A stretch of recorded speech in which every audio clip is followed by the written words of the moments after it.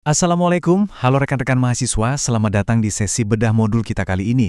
Saya benar-benar excited banget buat memandu kalian hari ini, karena kita bakal langsung terjun membedah modul 7 dari mata kuliah jaringan komputer kita. Topik kita hari ini super praktikal, yaitu praktik menggunakan Virtual Network Labs atau yang lebih akrab kita sebut PNET Lab. Nah, di explainer ini kita bakal kupas tuntas panduan lengkapnya, selangkah demi selangkah, dari setup awal sampai pengujian akhir. Tenang aja, materi ini sudah dirancang sejelas dan selengkap mungkin, khusus buat kalian agar gampang dipahami dan langsung bisa dipraktekkan. Pastinya kita akan tetap fokus dan nggak melebar keluar konteks materi modul kita.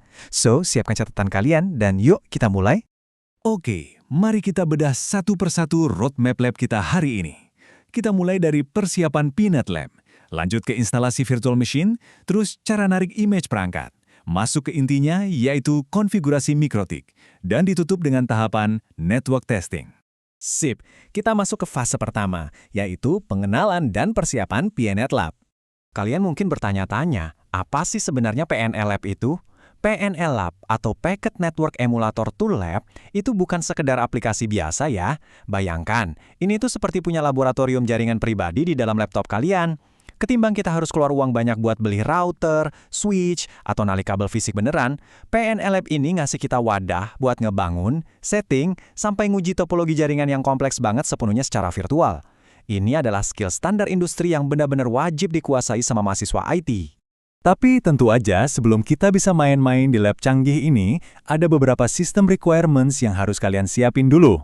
Pertama nih, pastiin fitur virtualisasi, entah itu VTX buat yang pakai Intel, atau AMD-V buat kubu AMD, sudah posisi enabled di menu BIOS laptop kalian.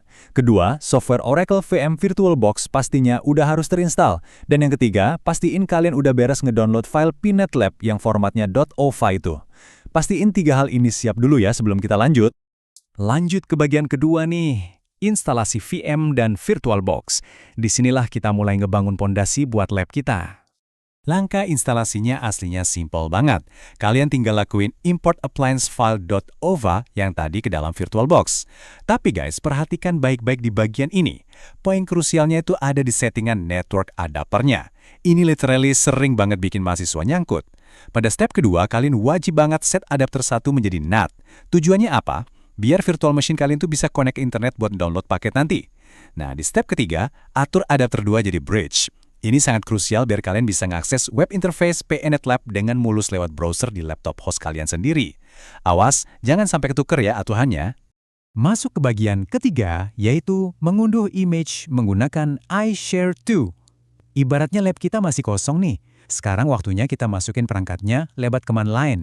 Kabar baiknya, di versi PNET Lab terbaru, script iShare2 ini biasanya udah langsung nempel. Lewat konsol PNET Lab, alurnya cukup jelas kok. Kalau mau nyari image secara umum, kalian bisa ketik iShare2 search queue-mu. Tapi karena lab kita hari ini spesifik banget butuh router mikrotik, kita pakai pencarian spesifik aja. Ketik iShare2 search mikrotik. Nanti bakal keluar tuh daftar image lengkap sama nomor indeksnya. Kalian catat nomor indeks yang mau dipakai. Terus, buat narik filenya, gunakan perintah iShare2 pull queue-mu dan masukin nomor indeks tadi. Sangat sistematis dan gampang banget kan diikutin? Nah, perhatikan ini baik-baik. Ini adalah satu langkah krusial yang paling sering dilupakan. Setelah proses download tadi beres, kalian itu wajib, sekali lagi saya tekankan, wajib melakukan yang namanya fix permission. Caranya masuk ke web interface PNET Lab, buka menu sistem, pilih System Settings, terus klik tombol Fix Permission. Kenapa ini penting banget?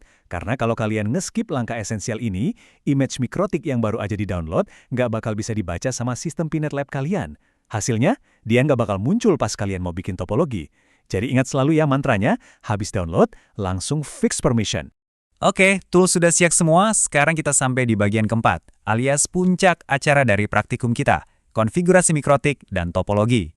Dan ini secara brilian menggambarkan skema infrastruktur yang mau kita buat. Bayangkan posisinya begini. Di tengah itu ada kali router mikrotik kita. Nah, interface edge satunya itu ngarah ke atas, nembak langsung ke jaringan cloud, yang mana ini mewakili koneksi internet global. Di sisi lain, interface edge 2-nya ngarah ke bawah, nyambung ke switch jaringan lokal kita. Dari switch itulah, jaringannya disebar ke 2 PC virtual kita, PC 1 dan PC 2. Jadi, mission utama kita sekarang adalah ngubah si mikrotik ini jadi gateway yang pinter buat ngehubungin PC internal kita ke dunia maya. Langkah pertama konfigurasi di konsol mikrotiknya nih. Kita harus pastiin si mikrotik dapat asupan internet dulu dari jaringan cloud. Karena koneksi internet ini didapat secara dinamis, perintahnya cukup straightforward. Kita eksekusi IP DHCP client add interface sama dengan add 1 disabled sama dengan 0. Inti dari baris ini adalah, kita lagi ngasih tahu si mikrotik, tolong dong aktif minta IP address publik secara dinamis dari si cloud lewat pintu add 1. Jalur luar alias internet udah beres, sekarang kita urus jalur dalam atau LAN kita.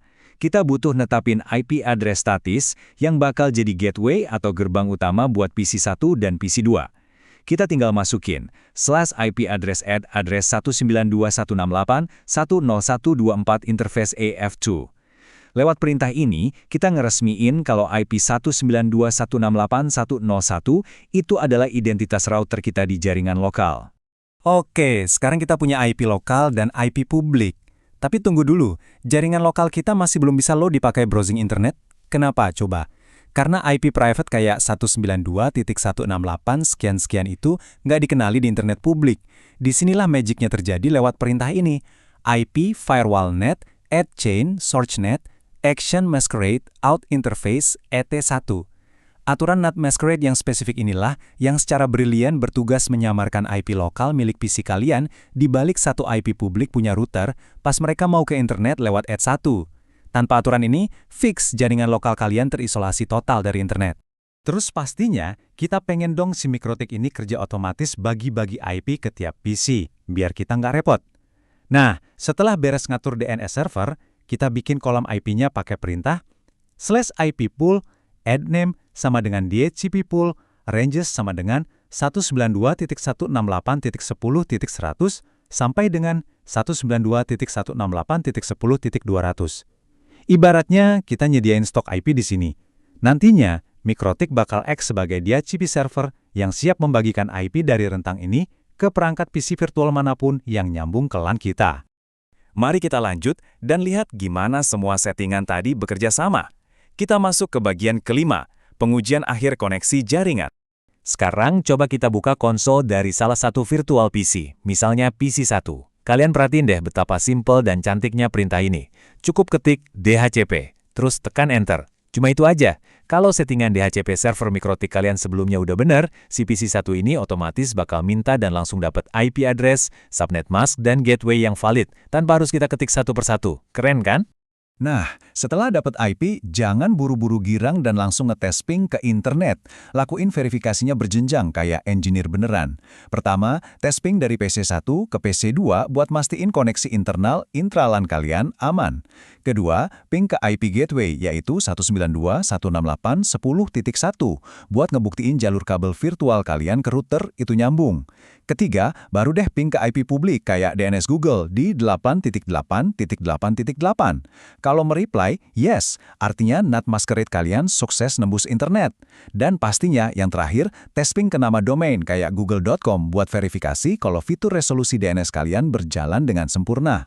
Jadi, rekan-rekan mahasiswa, pertanyaan pamungkas untuk kalian di akhir sesi ini. Apakah ping kalian ke google.com tadi sukses mereply? Kalau iya, congratulations! Kalian udah berhasil menguasai secara total objektif dari modul 7 ini. Kalian sekarang udah paham bener gimana ngebangun simulasi jaringan nyata dari nol pakai PNetLab. Tapi kalau belum, jangan panik ya, periksa lagi tahapan konfigurasinya pelan-pelan. Karena sejatinya, jadi profesional IT yang jago itu terbentuk dari kemampuan memecahkan masalah atau troubleshooting itu sendiri. Terus berlatih, karena virtual lab ini bakal jadi playground inovasi kalian ke depannya. Kira-kira eksperimen topologi sehebat apa lagi ya yang bisa kalian bangun dari skill ini? Sampai jumpa di sesi bedah modul kita selanjutnya. Tetap semangat belajar dan Assalamualaikum!